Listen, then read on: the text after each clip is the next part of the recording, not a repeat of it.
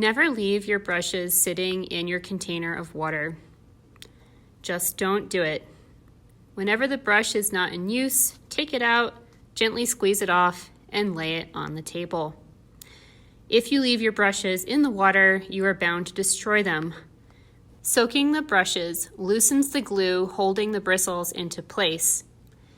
It also destroys any kind of paint or finish that might be on a wooden-handled brush. It also loosens the glue holding the metal piece to the brush handle, and they will start to fall apart.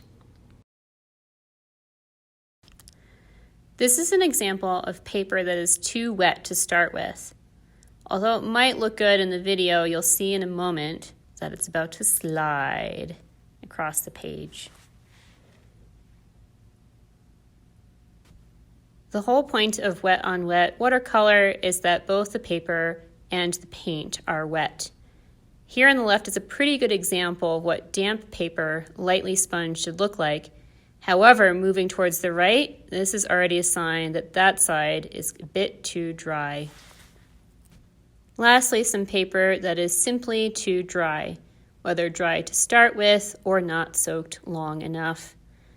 By all means, this is a different technique you can use, but it is not the point of wet on wet watercolor. It is important to recognize that wet on wet watercolor is a technique that can take some time getting used to. The colors, when they touch the page, should spread on beyond the touch of the brush.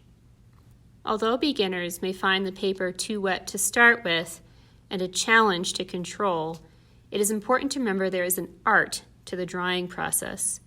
As you are painting, the surface of the paper is slowly starting to dry.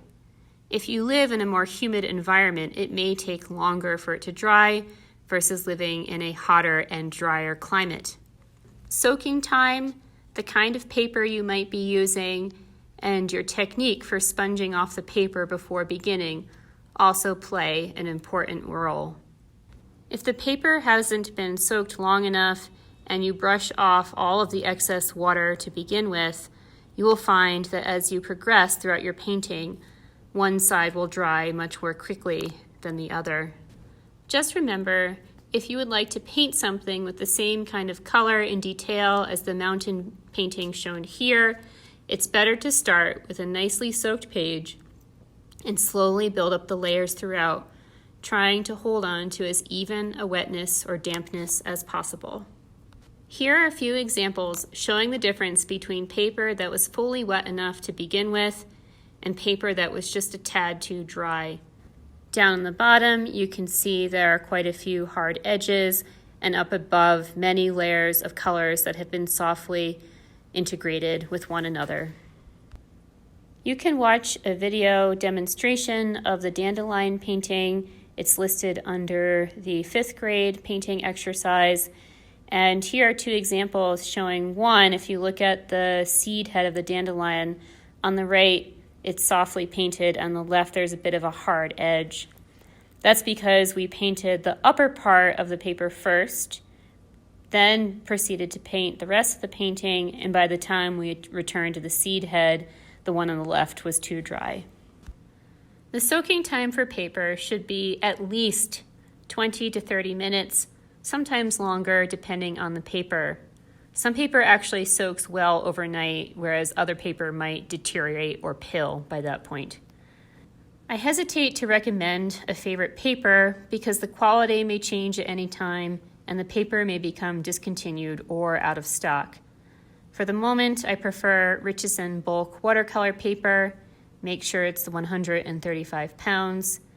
Another option would be the Swedish drawing or painting paper. Note, they're both the same paper, whether it says painting or drawing, and that's available from Mercurius.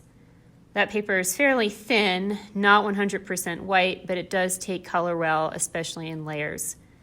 That's a paper that I like, but other people don't prefer it as much. Painting papers have either a smooth or a textured surface. If it's textured, it has what we call a tooth. Both work well for wet and wet watercolor painting. You just need to know what kind of paper actually holds up with soaking. If your paper has a tooth, then the textured side is going to be the correct side of the paper to use. And the smooth side will likely not receive color as well as the rough or bumpy side. If you've already watched the video demonstrating how to mix your paints, then you'll know that I suggest a pretty strong master mix. This is my personal preference. The ratio of 1 part paint to 3 parts water is really strong. It might be a bit more cost effective to start with a ratio of 1 part paint to 5 parts water. However, it is much easier to evenly lighten the paints to your preferred consistency than it is to darken them. The ultramarine blue is the one that is notoriously more difficult to get out of the jar since it doesn't pour and holds together in one big blob. One last word of advice in using stronger colors is that you'll need to educate your students on how to load their brush.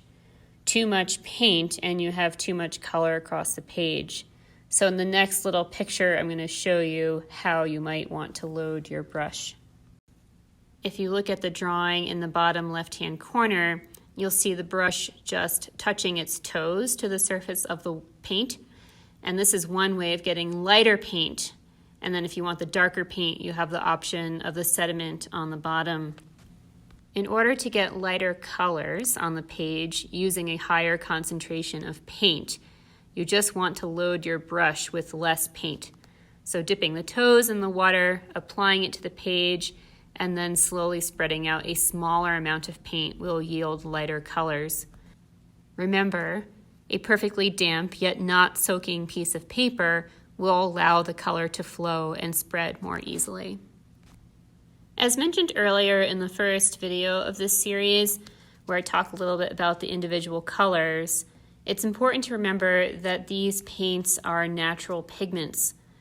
Here I have 2 examples of how those pigments can actually vary in strength. On the left is the vermilion, and on the right is the ultramarine blue.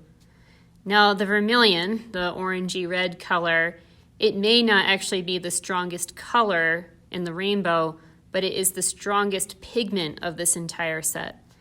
That means that a very small amount of pigment will go a long way, and that color will have a really strong impact on the page if you apply too much of it too quickly. The ultramarine, on the other hand, is what I view to be the weakest pigment. It doesn't mean that it's the weakest color. I'd say the weakest color is probably the lemon yellow. It's easily dominated by all the other colors when you're painting. But the ultramarine will take the most pigment to get the darkest, deepest color, and you may find yourself refilling those jars more often than the other colors.